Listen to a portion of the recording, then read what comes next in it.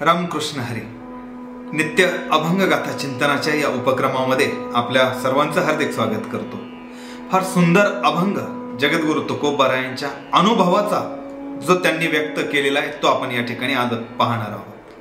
माणसांच्या शंका असू नयेत असं नाही, शंका निश्चित असल्याच पाहिजे, पण त्या शंकाचं रूपांतर समाधानात झालं पाहिजे. होतं काय, शंका संशयामध्ये बदलतात आणि मग पुढे आयुष्याचा किती नाश होतो हे मी वेगळं सांगण्याची गरज नाही. वेगवेगळ्या क्षेत्रातल्या या गोष्टी आहेत, आपण कशा संबंधाने समजून घ्यायच्यात हे आता ज्यानं त्यानं ठरवायचंय. इथे मी काय सांगणार आहे तर जगद्गुरु तुकोबारायांच्या शंकांचं जेव्हा निरसन झालं ते कशामुळे झालं आणि झाल्यानंतर काय परिस्थिती त्यांची बदलली, त्यांची काय मानसिकता बदलली आणि हे सगळं आपल्याला आज या ठिकाणी पाहायचंय. तर चला आपण हे पाहण्यापूर्वी मात्र मी सर्वांना एक विनंती करणार आहे की हा पूर्ण अभंग मी व्हिडिओच्या शेवटी तर देणारच आहे, म्हणून शेवटपर्यंत व्हिडिओ बघितलाच पाहिजे. आणि दुसरं, आणखी आपण जर या चॅनलला सबस्क्राईब केलेलं नसेल तर ते करावं अशी एक विनंती सुद्धा आपल्याला या ठिकाणी करतो. बघा, जगद्गुरु तुकोबारायांच्या शंकांचं समाधान झालेलं आहे, निरसन झालेलं आहे. आता त्यांच्यात काय बदल झाला तर पहिल्या चरणामध्ये ते असं म्हणतात, पुण्य पापा ठाव नाही सुख दुःखा, हानी लाभ शंका नासलिया. ना पुण्याचा ठिकाण आहे ना पापाचा ठिकाण आहे. मला माहितीच नाही की पुण्य काय आणि पाप काय, कारण जेव्हा शंका असतात तेव्हा मात्र त्याच्यात कोणतं पुण्य आहे हे आपणच ठरवत असतो, कोणतं पाप आहे हे आपणच ठरवत असतो, आणि कशामुळे सुख मिळतंय आणि कशामुळे दुःख मिळतंय हे सुद्धा आपण आपलंच ठरवत असतो. पण हे सगळं आपण नाही तर आपल्या मनातल्या शंका संशय ठरवत असतात.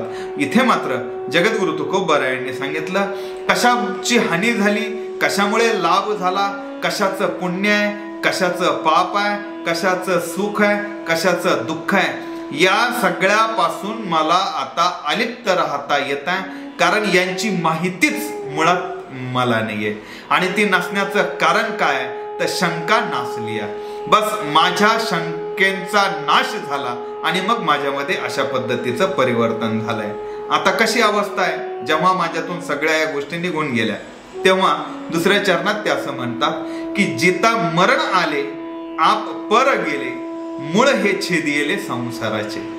मी जिवंत आहे खराय, पण मला जिवंतपणेच मरण आलंय.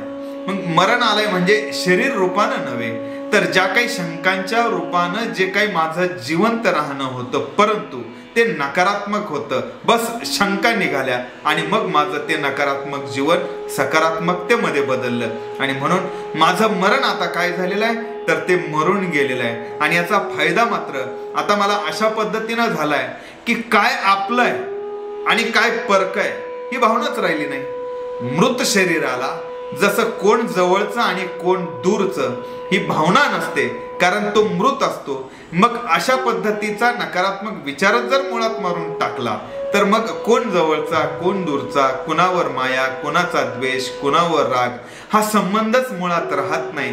अगदी नितळ पाण्याप्रमाणे जो जसा भेटेल त्याला त्या पद्धतीने असं एक थोडंसं माझ्यामध्ये झालेलं आहे असं जगद्गुरु तुकोबारा या ठिकाणी सांगतात. आणि मूळ हे छेदिले संसाराचे. मग संसारातल्या दुःखाचं जे काही कारण असेल, संसाराचं जे मूळ आहे की ज्याच्यामुळे आपल्याला हा दुःखदायक वाटतो, तो दुःखदायक वाटण्याचा जो काही संबंध आहे तो आपल्या शंका आणि संशयाशी संबंधित आहे.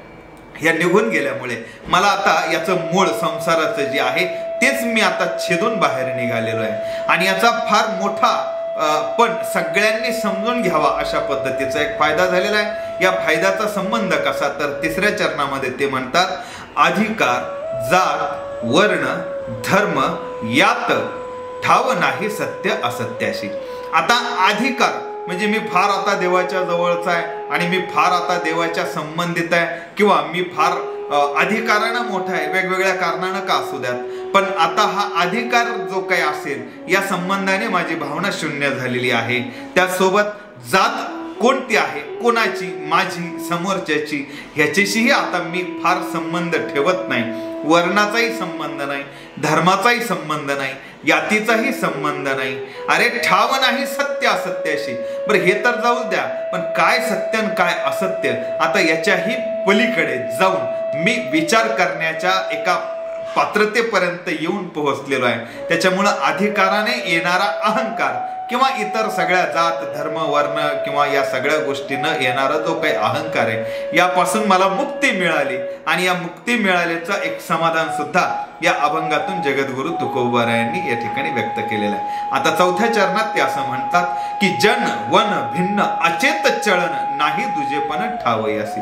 आता काय जनात राहणे काय वनात राहणे, जनाचा मला विशेष त्रास नाही, कारण कुणी मला आपलं जवळचं अशा पद्धतीचं नसल्यामुळे उगाच ह्याचा राग आला त्याच्याबद्दल वाईट वाटतंय अमुक झालंय तमुक झालंय ना आता मी जातो जंगलामध्ये जाऊन राहतो, असं मला वनामध्ये जाऊन राहण्याची आता वेगळी गरज नाहीये। कारण मला जनामध्ये विजन असण्याची एक जी प्रवृत्ती आहे ती माझ्यामध्ये निर्माण झालेली आहे आणि खरं तर ही झाली पाहिजे। कारण चिंतनासाठी आपल्याला ज्या शांततेची गरज असते ती शांतता ही आपण बाहेर शोधतो, वास्तविक पाहता ती आपल्या मनात असते। म्हणून मनात शांतता नसेल तर वनात जाऊन सुद्धा काहीही उपयोग नाही। या अशा पद्धतीने आपण हे जगद्गुरु तुकोबारायांचं म्हणणं एक त्यांचा स्वतःचा अनुभव समजून घेत आहोत। म्हणजे नाही दुजेपणा ठावयासी। आता मला वेगळेपणा काय, असा चेतन काय अचेतन काय असाचाही जड काय आणि अशाचा सुद्धा माझा आता विशेष संबंध राहिला नाही। बरं खरं तर मग आता हे सगळं माझ्यामध्ये का परिवर्तन होऊ शकलं, तर याला जे कारण आहे अगदी ते फार सुंदर कारण आहे जे शेवटच्या चरणामध्ये त्यांनी सांगितलं की तुका म्हणे देह वाहिला विठ्ठली तेव्हाच घडली सर्व पूजा।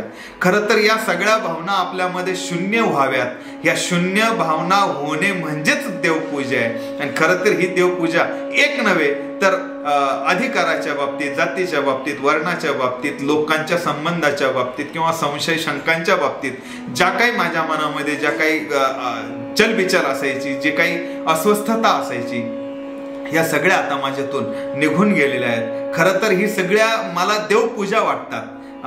जर माझ्यामध्ये कोणाचा द्वेष नसणे ही सुद्धा देवपूजाच आहे। म्हणजे अनेक वेगवेगळ्या अभंगाच्या माध्यमातून तसं जगद्गुरु तुकोबारायांनी देवपूजा म्हणजे काय हे सांगितलेलं आहे, ते मी आता या अभंगामध्ये वेगळं सांगत नाही, फक्त आपल्याला हा अभंग या ठिकाणी समजून घ्यायचा आहे। मग जगद्गुरु तुकोबारायांनी सांगितलं ही सगळी देवपूजा माझ्याकडून घडली, पण याला कारण फक्त एवढंच आहे की तुका म्हणे देह वाहिला विठ्ठली, मी मात्र माझा देह म्हणजेच विचार ज्या काही गोष्टी होत्या त्या विठ्ठलाच्या पायी वाहून दिलेल्या आहेत। एकदा मी विठ्ठलाला समर्पण झालो, माझी भावना विठ्ठलाला समर्पित केली की मग विठ्ठलानं मला समाजाकडे, संसाराकडे, लोकांकडे, व्यक्तीकडे किंवा एखाद्या गोष्टीकडे, एखाद्या वस्तूकडे किंवा कोणत्याही घटनेकडे कसं पाहायचंय याची नजर माझ्यामध्ये आणून दिलेली आहे। म्हणून असं म्हणतात की डोळे प्रत्येकाला आहेत मात्र नजर प्रत्येकाला नसते, आणि म्हणून काय दिसतं ह्याचा दोन जणांचा संबंध फार वेगवेगळा असतो।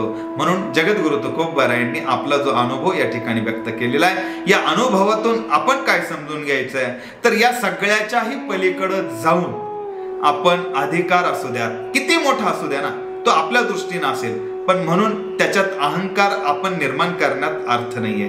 मग आपली जात असेल, आपला धर्म असेल, आपला वर्ण असेल, या सगळ्या गोष्टी खरं तर ईश्वराच्या जवळ जसजशी माणसं जातात तसतसं यांच्यामध्ये या सगळ्या गोष्टी वाढीच लागतात। इथे मात्र खरंच जगद्गुरु तुकोबारायांनी ही पूजा करूनच दाखवली, विठ्ठलांच्या जवळही गेले, मात्र या सगळ्याच्या अहंकारातूनही ते मुक्त झाले।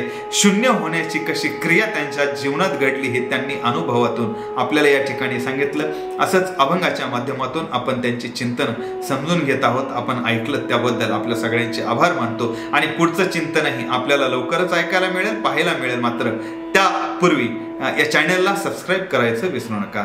धन्यवाद। रामकृष्ण हरी।